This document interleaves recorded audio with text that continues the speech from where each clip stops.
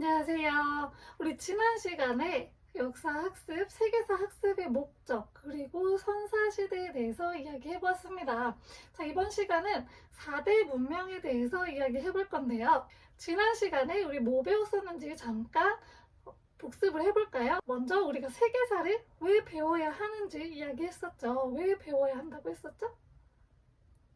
네, 맞아요. 세계사 학습을 하면은 이제 다른 나라의 사람들에 대한 가치관, 그리고 그 사람들의 행동, 생각, 그리고 그 사람들이 왜 저렇게 말하는지에 대해서 이해할 수 있기 때문이라고 했었습니다. 자, 그리고 인류에 대해서 배웠어요. 최초의 인류, 오스트랄로피테쿠스, 그리고 호모 에렉투스, 호모 네안데르탈렌시스, 그리고 호모 사피엔스에 대한 각각의 특징들을 봤었고요.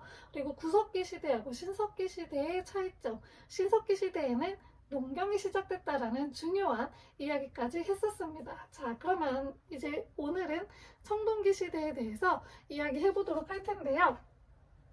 자, 청동기 시대는 말 그대로 청동을 사용했던 시대를 이야기합니다. 이 구석기, 신석기 시대는 석기, 돌로 만든 도구를 사용했다고 했잖아요.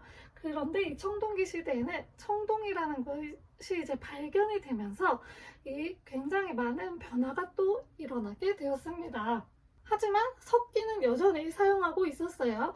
청동은 좀 비쌌대요. 만들기도 어렵고 해서 비쌌고, 그리고 물러가지고 농기구로 사용하기에도 적합하지가 않아서 농기구는 여전히 석기로 사용을 했고, 그리고 또 비쌌기 때문에 청동기는 지배자들만 사용할 수 있었다고 합니다. 자, 일단 청동기 시대는 어떤 변화가 있었는지 살펴보면, 우리 지난 시간에 신석기 시대 때 농경이 시작이 되면서 약간 부족 사회가 시작이 되었다고 했죠. 자, 그러면 점점 이제 사람들이 모여들었어요. 커질 거 아니에요? 거기다가 청동기가 발견이 되면서 이 청동을 또 무기로 사용을 하기 시작을 합니다.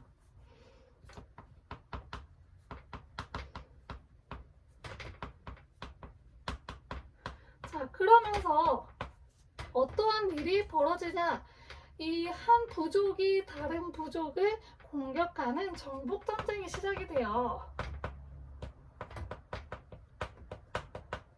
우리 부족의 크기를 늘리겠다는 거죠. 그래서 이 정복전쟁이 시작이 되면서 점점 이제 부족이 커져 나가요. 이 부족이 이 부족을 먹으면서 점점 크기가 커져 나가겠죠. 그러면서 초기 국가 형태의 모습이 나타나게 되었습니다. 이 국가가 이렇게 발생을 하게 되었습니다. 청동기 시대에는 그래서 이 국가의 발생이 굉장히 중요하고요. 자, 그리고 이 청동기 시대에는 농경이 점점 발달을 하게 돼요. 그러면서 무엇이 발생을 하냐면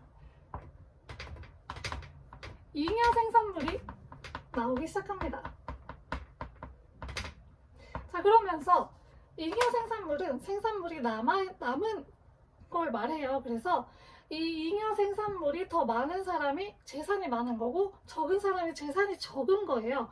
그래서 이 재산에 따른 계급이 발생을 하게 되는데요.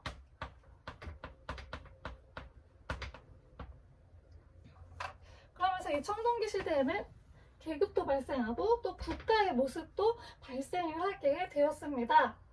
자, 그러면서 이제 계급도 발생하고 국가도 발생을 하게 되니까 그 한 국가의 지도자가 나오게 되겠죠. 그게 이제 왕의 모습을 한 그런 지도자가 나타나게 되었습니다. 이 지도자들은 뭘 했냐 하면, 자, 농경이 발달을 했다고 했어요. 이 농경을 하기 위해서는 물을 잘 끌어오는 게 굉장히 중요해요. 그러면서 이 물을 끌어오는 작업이 필요를 했는데 그걸 이제 관계 농업이라고 해요.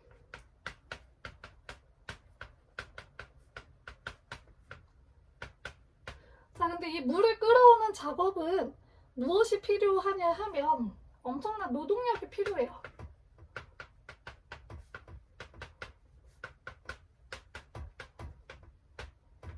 자, 엄청난 노동력을 이렇게 끌어올 수 있는 사람이라면 그 정도로 권력이 있는 사람이겠죠. 자, 그러면서 이 노동력을 끌어오는 과정에서 그 국가가 더 발전을 하게 되면서 문명이 발달을 하게 되었다고 합니다. 그래서 이 4대 문명이 발달을 하게 되었고요. 이 4대 문명은 그렇기 때문에 강을 끼고 발달을 하게 되었습니다. 자, 그러면 이제 4대 문명에 대해서 같이 보도록 하겠습니다.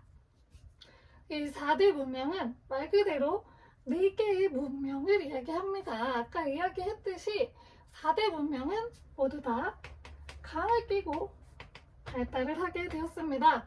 대표적으로 메소포타미아, 이집트, 인도, 중국 이 4개의 문명이 존재를 합니다. 먼저 메소포타미아부터 보도록 하겠습니다. 메소포타미아가 가장 오래된 문명이라고 합니다. 이 메소포타미아는 2개의 강을 끼고 발달을 하게 돼요. 티그리스 강과 유프라테스 강을 끼고 이제 발달을 하게 되었습니다. 이 티그리스 강과 유프라테스 사이의 반달 모형이라고 해서 메소포타미아라고 이제 이름이 붙여졌다고 합니다. 이 메소포타미아 지형 같은 경우에는 굉장히 개방적인 지형이었대요.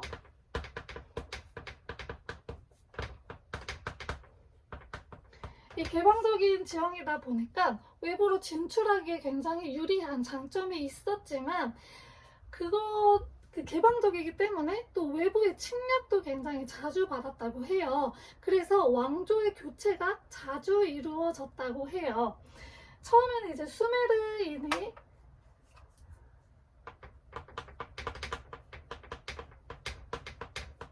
정착해서 문명을 발달시켰지만 이후에 뭐 아무르인, 카시트인 이런 그 왕조 교체가 굉장히 자주 일어났던 곳이 메소포타미아입니다. 그러다 보니까 이제 외부의 침략을 굉장히 자주 받잖아요. 그래서 지금 현재 잘 먹고 잘 사는 거, 지금 현재 안전하게 사는 거가 중요하게 되면서 굉장히 현세적인 사상을 갖게 되었고, 그러면서 점성술도 발달을 하게 되었다고 합니다. 자, 그러면서 점성술이 발달을 하니까 달의 움직임을 이제 보는 게 발달을 하게 된 거예요. 그래서 이제 태음력을 사용하게 되었다고 합니다. 자, 그리고 메소포타미아 같은 경우에는 왕이 그 제사장의 역할을 같이 했어요. 이건 뭐 청동기 시대의 전체적인 대표적인 특징이기도 한데요. 왕이 제사장의 역할을 같이 하면서 이제 왕은 정치적으로 백성들을 다스리기도 했지만 이제 하늘에 제사 지내는 일을 도맡아서 하기도 했다고 해요. 이거를 왜 이렇게 했을까요? 하늘하고 이 대화를 할 수 있는 사람은 나밖에 없어. 그러니까 내가 너네들보다 훨씬 더 대단한 사람이라는 걸 보여주는 거죠. 그래서 이 왕들이 보통 제사장을 같이 겸한 데에는 그런 권력적인 왕권을 향상시키기 위함도 있었다고 합니다. 자, 그리고 이 메소포타미아 같은 경우에는 이런 신정 정치의 모습을 잘 보여주는 유적이 하나 있는데요. 바로 지구라트라는 게 있습니다. 지구라트는 피라미드하고 약간 비슷하게 생겼는데 그 위에 올라가서 제사를 지냈다고 해요. 자, 그리고 메소포타미아 같은 경우에는 문자를 사용했어요. 이 4대 문명은 모두 문자를 사용을 했어요. 메소포타미아에서 사용했던 문자는 쐐기 문자라고 하는데요.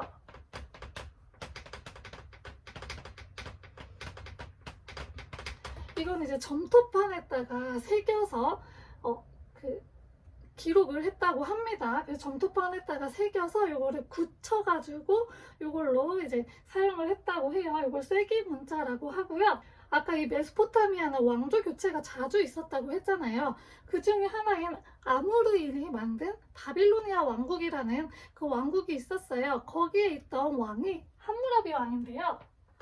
이 함무라비 왕이 만든 함무라비 법전이 있습니다. 함무라비 법전 하면 눈에는 눈, 이에는 이라는 말로 되게 유명한데요. 그게 이제 동태복수주의라고 해서 똑같은 방식으로 복수를 해주는 것을 이야기를 해요. 자, 근데 이 동태복수주의를 왜 했을까요? 동태복수주의. 동형복수주의라고도 하고 동태복수주의라고도 하는데, 이 똑같은 방식으로 복수를 한다는 거는 그 이전에는 복수를 할 때 좀 과하게 복수를 했던 거예요. 그래서 내가 당한 만큼만 되돌려주는 게 아니고 내가 당한 거에 몇 배 이상으로 막 되돌려주고 했던 거예요. 그래서 네가 당한 만큼만 돌려줘라 라고 하는 동태복수주의에 의해서 이런 법전이 만들어지게 되었고요. 왜냐하면 그러다 보니까 한 부족이 완전히 몰살당하는 일까지 발생을 했대요.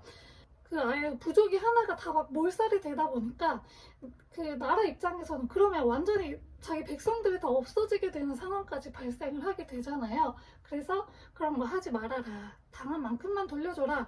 라고 하는 동태복수주의에 의한 법전이 발생을 하게 됐는데, 완전히 평등하지는 않았고요. 신분에 따라 그리고 나이에 따라서 조금 차등을 두어서 적용을 시켰다고 합니다. 자, 다음은 이집트입니다. 자, 이집트하고 메소포타미아 같은 경우에는 조금 상반된 그런 모습을 많이 띄어서 비교가 많이 되고 있습니다. 자, 우선 이집트 같은 경우에는 나일강을 끼고 발달을 하게 되었어요. 이 나일강이 굉장히 주기적으로 범람을 했대요. 그래서 그 범람 시기에 맞춰서 그 땅이 이제 비옥해지니까 거기에 농사를 짓고 하면서 이 문명이 발달을 했다고 합니다. 자, 메소포타미아가 개방적 지역이었다면 이집트는 폐쇄적인 지역이었다고 해요.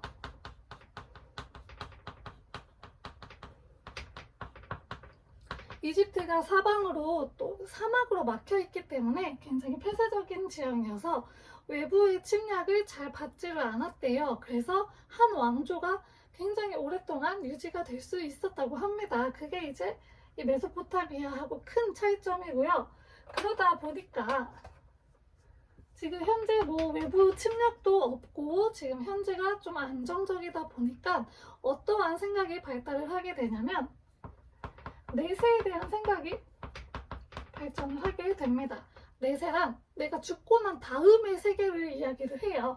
이 내세관이 발달을 하게 되면서 그 사후 세계에 대한 그런 믿음, 사후 세계가 진짜 있다는 믿음, 그리고 거기에 대한 관심이 생겨나게 돼요. 그래서 사람이 죽고 나서 묻을 때 미라를 만들어서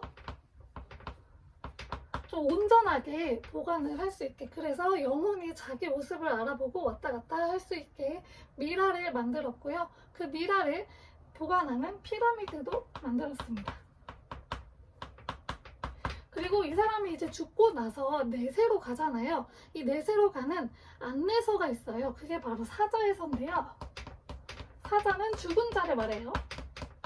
이 사자에서는 편지 같은 거예요. 그래서 이 사람이 죽을 때 이거를 같이 넣어줘요. 그래서 가는 길에 그런 안내서고 뭐 주문 같은 것도 적혀 있다고 하고 그렇다고 합니다. 이런 모습이 바로 내세관을 잘 보여주는 모습이라고 할 수 있습니다. 자, 그리고 이 이집트 사람들은 태양신인 라를 숭배했어요. 그래서 이 이집트의 왕은 이 태양신 라의 아들이라고 불리우는 파라오라는 존재였고요. 이 태양신을 섬기고 태양을 또 중요하게 생각하다 보니까 태양력이 발전했다고도 합니다.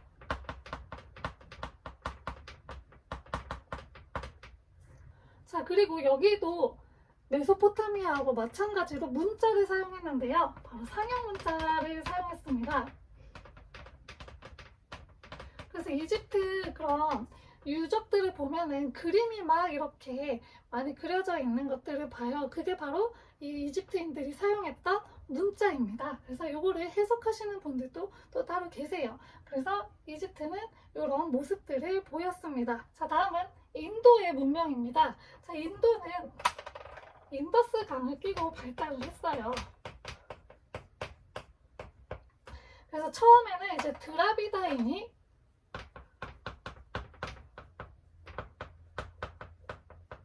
이 인도의 문명을 발전을 시켰습니다. 그래서 지금 발굴이 된 도시가 있어요. 하라파하고 모헨조다로라는 도시가 발굴이 되는데요. 이 하라파하고 모헨조다로 같은 경우에는 굉장히 계획 도시였어요. 계획적으로 만든 도시여가지고 이때 인더스 문명이 굉장히 발전을 했구나 라는 모습을 보여줍니다. 또한 인더스 문자를 사용을 했는데요. 이 문자는 현재 모두 다 해석이 되지는 않아서 이때의 그런 모습을 정확히 알 수는 없다고 해요. 그래서 이 정도만 지금은 알 수가 있고요. 그리고 이후에 누가 내려오냐면 아리아인이 이주를 합니다. 아리아인이 이주를 하면서 문명의 중심지가 바뀌게 돼요. 겐지스강으로 문명의 중심지가 이동이 되고요. 이 사람들이 이주를 해온 거잖아요. 그렇기 때문에 기존에 있던 드라비다인들을 지배를 해야 되잖아요. 그 이주민들이 토착민들을 지배하는 대표적인 방법이 하나 있어요. 역사에서 바로 신분제도예요. 그 대표적인 신분제도가 카스트 제도라고 하는 신분제가 있어요. 그래서 브라만, 크샤트리아, 바이샤, 수드라 이렇게 4개로 나누는 그런 카스트 제도, 신분 제도가 있는데 이거를 이용해서 이 드라비다인들을 지배를 했고요. 그 가장 높은 브라만이라는 계급은 바로 제사장이에요. 그래서 청동기 시대에는 지배자가 제사장을 겸하는 게 굉장히 중요했던 거죠. 그래서 브라만이 제사장 계급이었고요. 그래서 요거를 더 카스트 제도를 굳히기 위해서 브라만교라고 하는 종교까지 만들었습니다. 그래서 베다라고 하는 책을 만들어서 이 브라만교의 경전으로 사용하기도 했습니다. 자, 마지막은 중국입니다. 중국도 또 강을 끼고 발달을 했겠죠. 황허강을 끼고 발달을 했습니다. 이 황허강은 그 황토가 있대요. 그래서 물이 좀 누르스름 해가지고 황허강이라고 하는 거고요.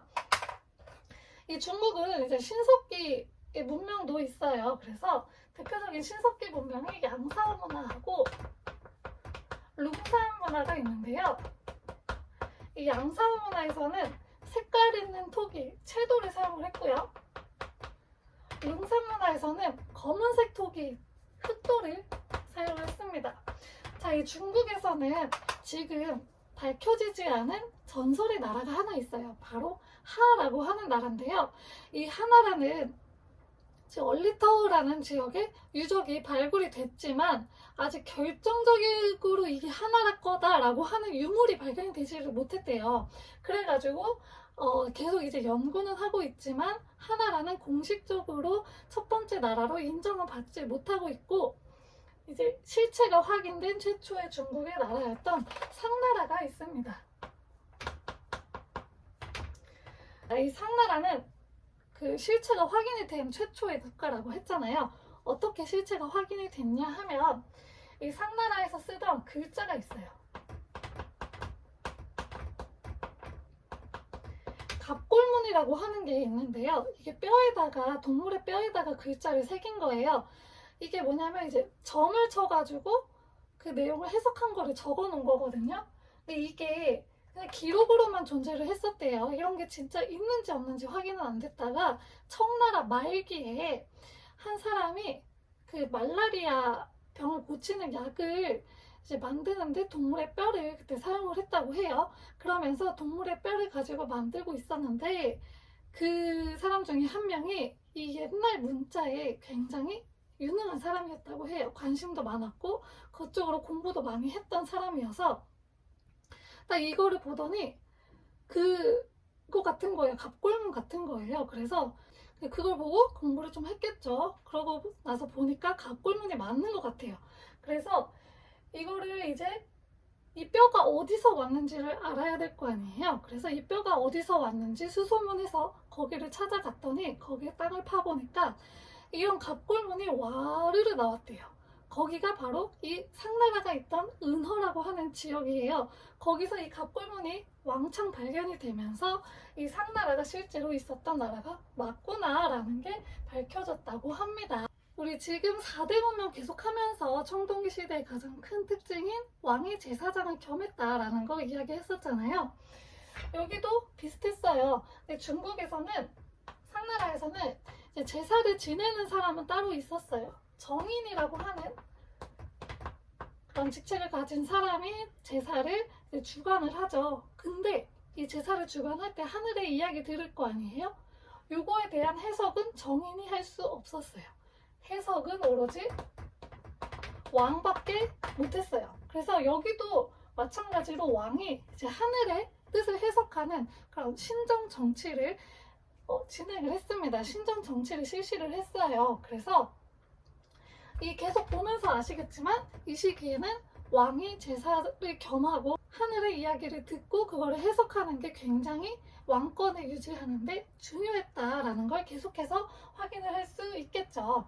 자, 그리고 이 상나라에서는 어떠한 문화가 있었냐 하면 순장이라고 하는 문화가 있었어요. 순장은 지배자가 죽었을 때, 높은 신분의 그런 사람이 죽었을 때 그 사람의 땅에다가 묻을 거 아니에요? 그럴 때 그 사람이 잘 사용하고 좋아했던 물건들도 같이 묻지만 그 사람의 노비들이라든지 첩 이런 사람들도 같이 생매장을 시켰어요. 그게 바로 순장입니다. 그러니까 그 노예들이나 첩을 사람으로 생각하지 않고 그 사람의 소유물로 생각을 했던 거죠. 자, 이런 모습들이 보이고 있습니다. 자, 그리고 이 상나라를 이어서 주나라가 등장을 하는데요. 이 상나라의 마지막 왕이 굉장히 폭정을 부리기도 했고, 그래서 주족이 세운 주나라가 이 상나라를 물리치고 그 자리에 들어서게 되었습니다. 자, 기존에 있던 그냥 잘 살고 있던 나라를 없앴잖아요. 그렇기 때문에 명분이 필요해요. 우리가 이 나라를 멸망시킨 데에는 다 그 이유가 있는 거예요. 그래서 사람들을 납득을 시켜야겠죠. 왜냐면 나는 그 전까지는 상나라 사람이었는데 오늘부터는 주나라 사람이래요. 납득이 안 되는데? 납득을 시켜야 돼요. 그렇지 않으면 반란이 일어날 수가 있겠죠. 그래서 사용했던 게 천명사상이에요.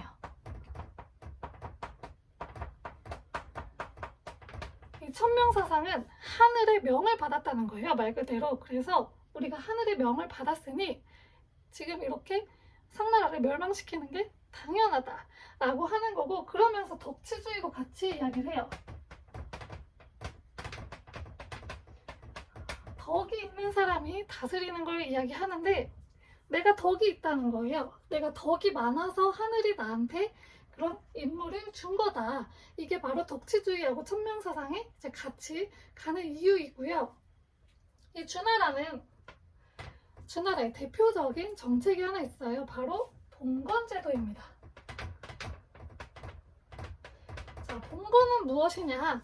땅을 주고, 그러니까 제후들한테 땅을 주고 군사적인 그런 봉사를 하라는 건데, 이걸 이제 정확하게 설명을 해드리면, 이 왕이 중앙, 수도 지역을 다스리잖아요. 근데 지방 지역까지 왕이 직접 가서 다스리기가 힘들죠. 그렇기 때문에 그 지방에다가 왕 대신에 다스릴 사람들을 이제 임명을 하는 거예요. 그거를 제후라고 하는데요. 이 주나라 같은 경우에는 주왕실, 그러니까 왕의 가족들을 주로 그 제후로 봉했어요.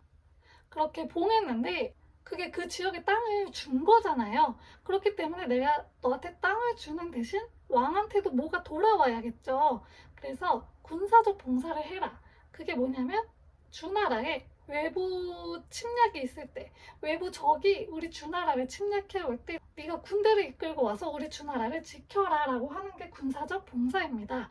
이게 바로 봉건제고요. 요거는 이제 첫째 아들한테만 계속 물려주게 하는 적장자 세속 원칙에 의해서 이루어졌습니다.